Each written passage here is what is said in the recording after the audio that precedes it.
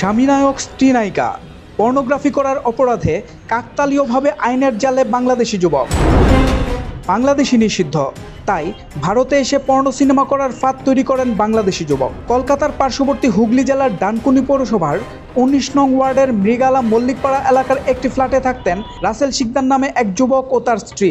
সেই ফ্ল্যাটেই চালাতেন পর্নো সিনেমার শুটিং। সেই নীল ছবি একাধিক পর্নো সাইটে বিক্রি করতেন ওই বাংলাদেশি যুবক। ৪ বছর ধরে চলছিল এই কর্মকাণ্ড। অবশেষে গত শনিবার পুলিশের জালে ধরা পড়েন বাংলাদেশি যুবক রাসেল শিকদার। হেফাজতে নেওয়া হয় রাসেলের স্ত্রী পরিচয়ধারী নারীকেও। ঘটনা প্রকাশ্যে আসে কিছুটা অস্বাভাবিকভাবেই। পুলিশ সূত্রে জানা গিয়েছে, রাসেলের পর্নো সিনেমার নায়ক রাসেল নিজেই, আর নায়িকা তার স্ত্রী। এই স্ত্রী পরিচয়ধারী নারী সম্প্রতি অত্যন্ত গোপনে পুলিশ প্রশাসনের দ্বারস্থ হন। পুলিশের সামনে তিনি দাবি করেন, রাসেল একজন বাংলাদেশি নাগরিক এবং বাংলাদেশ থেকে তাকেও রাসেল কাজের প্রলোভন দেখিয়ে ভারতে নিয়ে এসেছে। ভারতে এসে তাকে স্ত্রীর পরিচয় দিয়ে তারা সামাজিকভাবে একত্রে বসবাস করছেন। যদিও ঘরের ভেতর রাসেল নিয়মিত পর্নো ভিডিওতে বাধ্যতামূলক অভিনয় করতে বাধ্য করেন তাকে। পাশাপাশি রাসেল শারীরিক নির্যাতনও করেন তাকে। জানা যায়, কিছুদিন আগে রাসেল শিকদার দুর্ঘটনার কবলে পড়ে অসুস্থ হয়।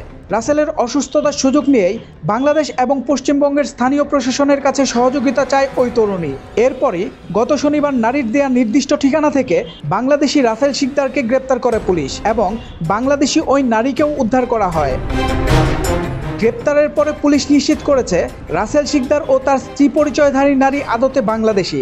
ডানকুনিতে একটি ফ্ল্যাট কিনে স্বামী স্ত্রীর পরিচয় দিয়ে তারা বসবাস শুরু করেছিল। সেই ফ্ল্যাটেই চলতো পর্নো ছবির শুটিং। তারপর তা বিক্রি করা হতো একাধিক পর্নো সাইটে। অভিযোগ, এক প্রকার জোরপূর্বক বাংলাদেশি ওই তরুণীকে দিয়ে ছবির শুটিং করাতেন রাসেল শিকদার। সোমবার গ্রেপ্তার রাসেল ও ওই নারীকে শ্রীরামপুর আদালতে তোলা হলে বিচারক রাসেলকে 10 দিনের পুলিশি হেফাজতের নির্দেশ দেন ও তরুণীকে আপাতত একটি সেফ হোমে রাখার ব্যবস্থা করেন। এদিকে বাংলাদেশি যুবকের কীর্তি প্রকাশ্যে আসতেই স্থানীয়ভাবে শুরু হয়েছে রাজনৈতিক বিতর্ক। বিজেপি নেতা প্রকাশ পাল বলেন, ডানকুনিতে বাংলাদেশিতে ভর্তি হয়ে গেছে, এমনকি ডানকুনিতে থেকে পর্নো ভিডিও শ্যুট হচ্ছে। এলাকার তৃণমূল নেতারা জেগে ঘুমাচ্ছে। ডানকুনির মতো এলাকায় 4 বছর ধরে বসবাস করে পর্নো ভিডিও তৈরি করছে, অসামাজিক কাজ করছে। সেখানে এলাকার তৃণমূল নেতারা ঘুমাচ্ছেন, অথচ জেগে থাকার কথা। স্থানীয় কাউন্সিলর স্পষ্ট জানান, তার এলাকায় কোনো বাংলাদেশি ফ্ল্যাট ভাড়া নিয়ে রয়েছেন তা তিনি জানতেন না। দীর্ঘদিন রাজনীতির সুবাদে তিনি এলাকার প্রত্যেক বাসিন্দাকে নামে চেনেন বলে দাবি করে জানান, এবার থেকে আরও খোঁজখবর রাখতে হবে।